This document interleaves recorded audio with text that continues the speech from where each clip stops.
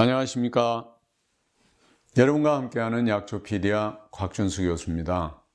오늘도 식재와 약재 4가지 성질, 사성 이야기의 5번째 시간입니다. 오늘은 육축류의 사성에 대해서 알아보도록 하겠습니다. 자, 오늘도 표를 한번 보실까요?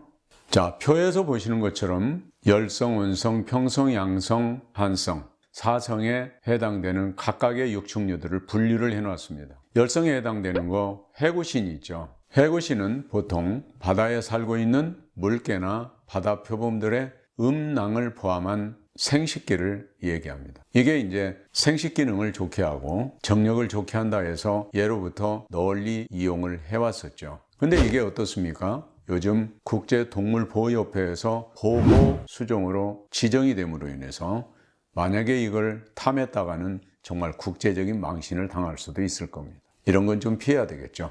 꼭 내 몸에 보양보신이 필요한 그런 상태의 몸 상태라. 그런데 해구신이 필요하다. 근데 해구신을 먹을 수 없다. 어떻게 해야 되겠죠?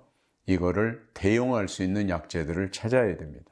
그것이 바로 녹신입니다. 사슴의 생식기죠. 사슴도 구하기 어렵다. 그랬을 때 우리가 대용하던 한약재가 구신, 일반적으로 말하는 식용개의 생식기입니다. 물론 약효의 차이는 있습니다만 이거를 대용해서 많이 이용하면 될 수 있을 것 같습니다. 자, 근데 말입니다. 여기서 한 가지 오늘 짚고 넘어갈 게 있습니다. 바로 개고기 식용 문제입니다. 요즘 애완견이 일반화되고 우리 가족화가 됨으로 인해서 많은 분들로부터 진안을 받고 지탄을 받고 있습니다. 개고기를 과연 먹어야 되느냐 말아야 되느냐, 저의 경험을 한 가지 말씀드리도록 하겠습니다. 오래전에 국제회의가 있어서 참석을 했다가 거기에 참석한 회원들로부터 질문을 받았습니다.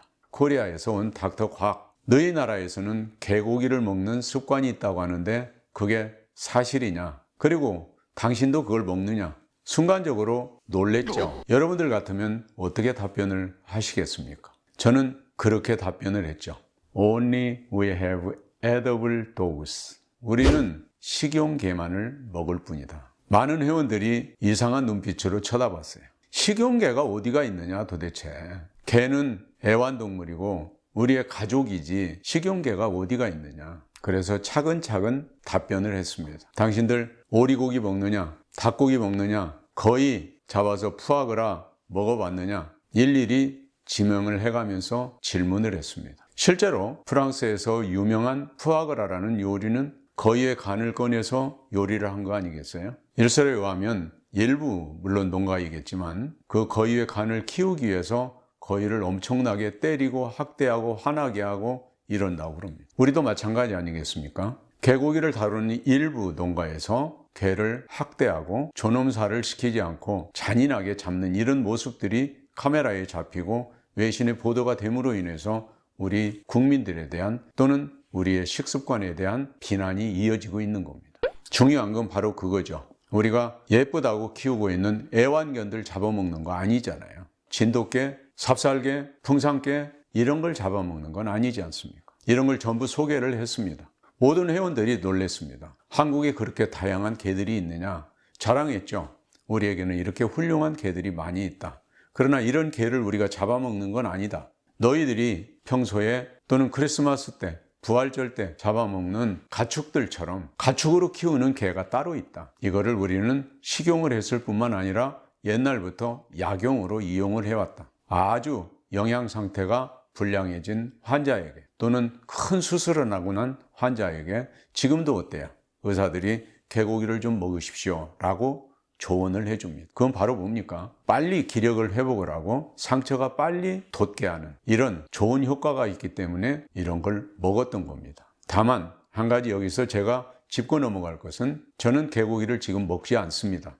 왜? 개고기를 먹지 않더라도 얼마든지 풍부하게 영양을 섭취할 수 있는 것들이 얼마든지 많이 있고요. 다른 고기들도 많이 있습니다. 이런 현대에 와서까지 꼭 개고기를 먹어야 된다고 주장할 필요는 없다고 생각을 합니다. 다만 정말 개고기가 필요한 환자들이 그런 개고기를 먹는 것까지 혐오감을 가지고 반대를 하는 이런 것들 또한 지양해야 된다고 저는 생각을 합니다. 자, 여기서 하나 더 짚어볼까요? 돼지고기가 어디에 있죠? 네, 시원한 성질 양성에 가서 분류가 되어 있습니다. 자, 기억나십니까? 우리가 이 사성을 공부할 때 첫 시간에 공부했던 곡식류 중에서 메밀이 또 양성에 분류되어 있었죠. 자, 중요한 게 있습니다. 전 세계에서 삼겹살 소비량이 가장 많다는 우리 한국인들. 삼겹살 파티를 냈어요. 고기를 맛있게 구워 먹고 그러고 나면 주인이 와서 뭐라고 그러죠? 식사는 뭘로 하실까요? 물어봅니다. 뭐가 됩니까? 냉면, 소면, 된장국에 공깃밥. 대부분 그렇죠. 자, 기름진 삼겹살을 먹고 났으니까 맛이 개운하게 냉면이나 먹지 또는 소면이나 먹지 이런 얘기들을 많이 하게 됩니다. 그런데 여러분 정말 주목하십시오. 돼지고기에는 풍을 일으키는 성질이 아주 강하게 있습니다.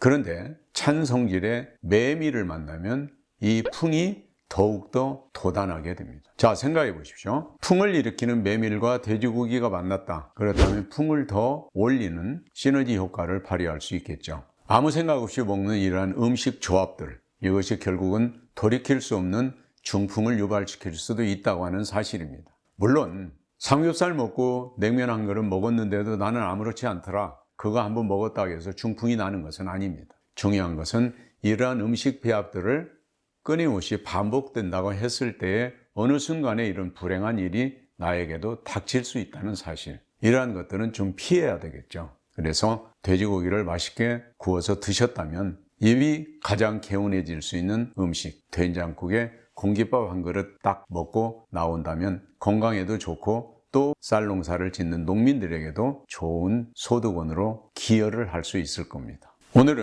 식재와 약재의 4가지 성질, 즉 사성 중에서 육축류에 대해서 알아보았습니다. 다음 시간에는 조류, 새 종류와 물고기 종류에 대해서 알아보도록 하겠습니다. 행복을 드리는 건강백과 약초피디아 잊지 마시고요. 여러분 다음 시간에 다시 찾아뵙도록 하겠습니다. 감사합니다.